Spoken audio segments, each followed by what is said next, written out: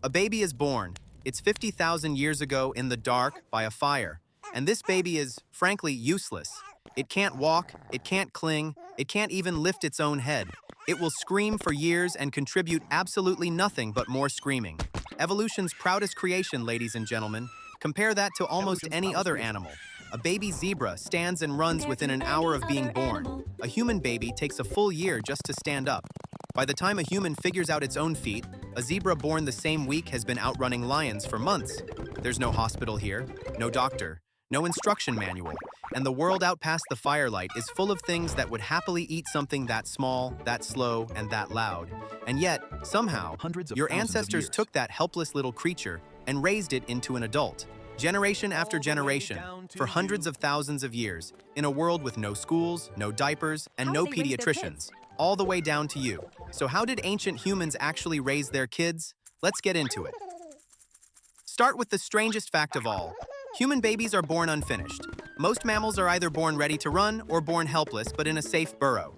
Human babies got the worst of both, totally helpless out in the open. Why? Two things collided in our evolution. First, we grew enormous brains. Second, we started walking upright, which narrowed the human pelvis, the birth canal. A big-brained baby and a narrow hip don't fit. So evolution's compromise was brutal. Human babies are pushed out early, while the brain and skull are still small enough to make it through. The result is that a newborn human is basically still a fetus for its first few months. Some scientists literally call it the fourth trimester. Your baby's brain finishes building itself outside the womb, exposed to the world, soaking up everything around it. That helplessness isn't a flaw. It's the price of the brain you're using to watch this video right now. And it's worse than it sounds.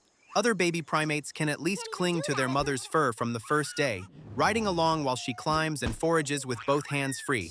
Human babies can't even do that. Somewhere along the way, we lost the fur and the grip that came with it. So a human infant has to be actively carried every single minute by someone who chooses to hold on.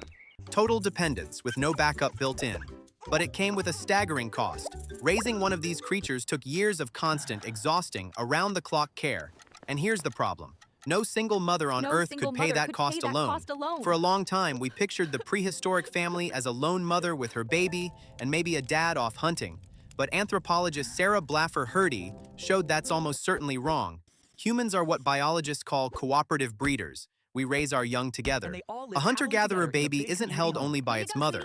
It's passed around, carried, fed, and watched by a whole web of people. Fathers, older siblings, aunts, uncles, friends. What scientists call alloparents, other parents. Studies of groups like the Ife in Central Africa found that a single infant might be handled by more than a dozen different caregivers in its first days of life.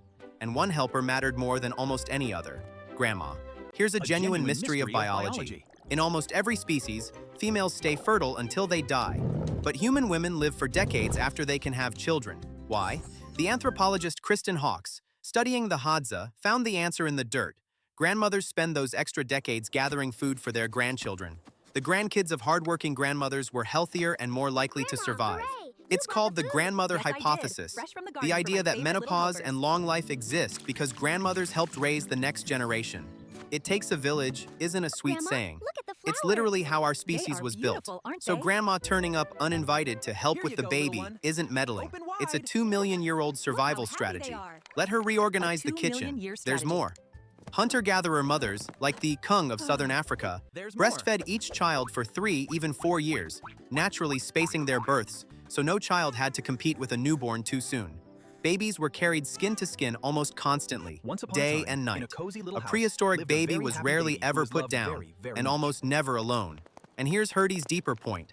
This wasn't just heartwarming. It was the whole reason our species could afford those expensive, big-brained babies in the first place. With a village sharing the load, a hunter-gatherer mother could raise several slow-growing children at overlapping ages, something a lone ape mother, who has to rear each baby almost entirely by herself, simply cannot do. Cooperation didn't only help us raise kids, it's what let us have so many of them and grow brains this big at all. Okay, so the baby survives. Now how does it learn to be a human? There were no schools, no lessons, no homework, no grades, no one standing at a board.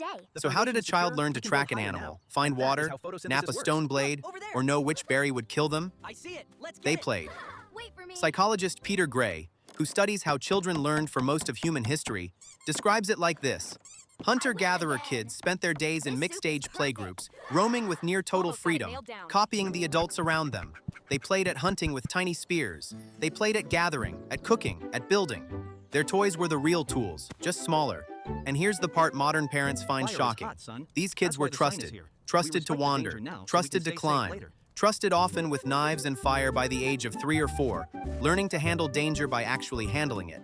Now, every modern parent just clutched their chest. A toddler with a blade? Fair. But a kid raised around real danger learns to respect it early, instead of meeting it for the first time at 16. There was no concept of forcing a child to learn on a schedule. The learning was the play, and the play never stopped.